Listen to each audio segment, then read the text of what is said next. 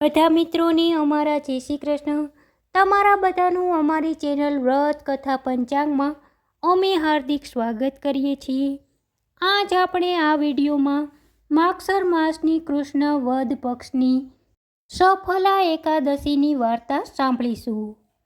અર્જુન બોલ્યા, હે ભગવાન, માગસર માસમાં કૃષ્ણ પક્ષની એકાદશીનું નામ શું છે? તે દિવસે કયા દેવતાની પૂજા થાય છે? તેની વિધિ કઈ છે? આ બધું તમે મને વિસ્તારપૂર્વક સમજાવો. શ્રી કૃષ્ણ ભગવાન બોલ્યા, હે અર્જુન, પ્રેમના કારણે હું તારા પ્રશ્નનો સવિસ્તાર ઉત્તર આપું છું. હવે તમે આ એકાદશી વ્રતનું મહાત્મ્ય સાંભળો. માગસર માસના કૃષ્ણ પક્ષની એકાદશીનું નામ સફલા છે. આ એકાદશીના દેવતા નારાયણ છે. આ એકાદશી આગળ દર્શાવેલ વિધિ અનુસાર વ્રત કરવું જોઈએ.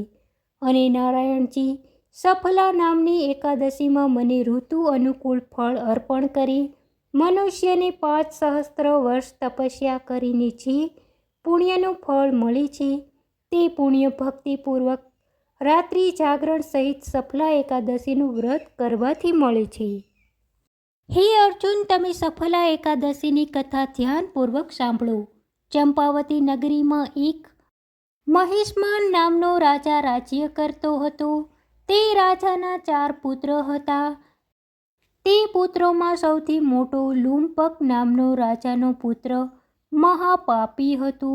તે હંમેશા ખોટા કાર્યોમાં પિતાના ધનનો વ્યય કરતો હતો. તે સદૈવ દેવતા, બ્રાહ્મણ, વૈષ્ણવ આદિની નિંદા કરતો હતો. જ્યારે તેના પિતાએ પોતાના મોટા પુત્રના વિશે આવા સમાચાર જાણ્યા ત્યારે તેમણે પોતાના પુત્રને રાજ્યમાંથી કાઢી મૂક્યો. ત્યારે તે વિચારવા લાગ્યો કે હવે હું શું કરું, ક્યાં જાઉં? અંતમાં તેણે રાત્રિમાં પિતાની નગરીમાં ચોરી કરવાનું નક્કી કર્યું. તે દિવસે વનમાં રહેવા લાગ્યો અને રાત્રિમાં પોતાના પિતાના નગરમાં ચોરી તથા ખોટા કામ કરવા લાગ્યો. રાત્રિમાં જઈને નગરમાં નગર નિવાસીઓને મારતો તથા તેમને કષ્ટ દેતો હતો. થોડા દિવસોમાં તો તેણે સંપૂર્ણ નગરીને પરેશાન કરી દીધી. એને પહેરેદારો પકડતા છતાં તેઓ રાજાના ભયથી છોડી દેતા હતા. તે જે વનમાં રહેતો હતો તે વન ભગવાનને ખૂબ પ્રિય હતું. તે વનમાં ઘણું જૂનું પીપળાનું વૃક્ષ હતું તથા તે વનને લોકો દેવતાઓનું વન માનતા હતા. જંગલમાં પીપળાના વૃક્ષ નીચે આ મહાપાપી લુંપક નામનો રાજાનો પુત્ર રહેતો હતો. થોડા દિવસ પછી માગસર મહિનાની કૃષ્ણ પક્ષની દસમના દિવસે તે ઠંડીને કારણે મૂર્છિત થઈને પડી ગયો. તે રાત્રિમાં ઊંઘી ન શક્યો તથા ઠંડીના કારણે હાથ પગ જકડાઈ ગયા. તેથી તેની રાત્રિ ખૂબ મુશ્કેલીથી વીતી. પરંતુ સૂર્યનારાયણના ઉદય થવા છતાં તેની મૂર્છા ન ગઈ. સફળા એકાદશીના માધ્યમ સુધી તે દુરાચારી મૂર્છિત થઈને પડી રહ્યો.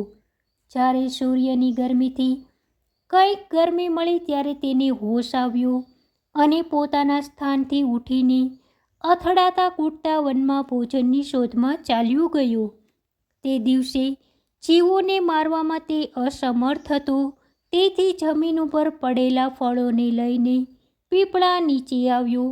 ત્યાં સુધીમાં સૂર્યનારાયણ અસ્તાચળ તરફ પ્રસ્થાન કરી ગયા. તેણે એ ફળો પીપળાની પાસે રાખીને કહ્યું, હે ભગવાન, આ ફળોથી તમે તૃપ્ત થાઓ. આમ કહીને તે રોવા લાગ્યો અને રાત્રિમાં તેને ઊંઘ ન આવી. એ મહાપાપીના આ વ્રત તથા રાત્રિ જાગરણથી ભગવાન અત્યંત પ્રસન્ન થયા અને તેના સમસ્ત પાપ નષ્ટ થઈ ગયા. પ્રાતઃકાળ થતાં જ એક દિવ્ય રથ અનેક સુંદર વસ્તુઓથી શણગારેલો આવ્યો અને તેની સામે આવીને ઊભો રહ્યો. તે સમયે આકાશવાણી થઈ કે, હે રાજપુત્ર, ભગવાન નારાયણના પ્રભાવથી તારા સમસ્ત પાપ નષ્ટ થઈ ગયા છે. હવે તું તારા પિતાની પાસે જઈને રાજ્ય પ્રાપ્ત કર.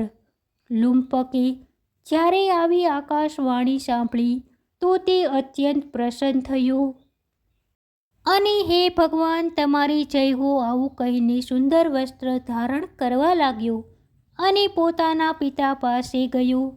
જ્યારે તેણે પોતાના પિતાની સંપૂર્ણ કથા સંભળાવી, આથી તેના પિતાએ તેને પોતાનો રાજભાર સોંપીને વનમાં ગયા. હવે લુંપક શાસ્ત્ર અનુસાર રાજ્ય કરવા લાગ્યો. તેની સ્ત્રી પુત્ર આદિ પણ નારાયણના પરમ ભક્ત બની ગયા. વૃદ્ધાવસ્થા આવવાથી તે પોતાના પુત્રને ગાદી સોંપીને ભગવાનનું ભજન કરવા માટે વનમાં ચાલ્યો ગયો અને અંતમાં પરમ પદને પ્રાપ્ત થયું. બોલો સફલા એકાદશીનો જય.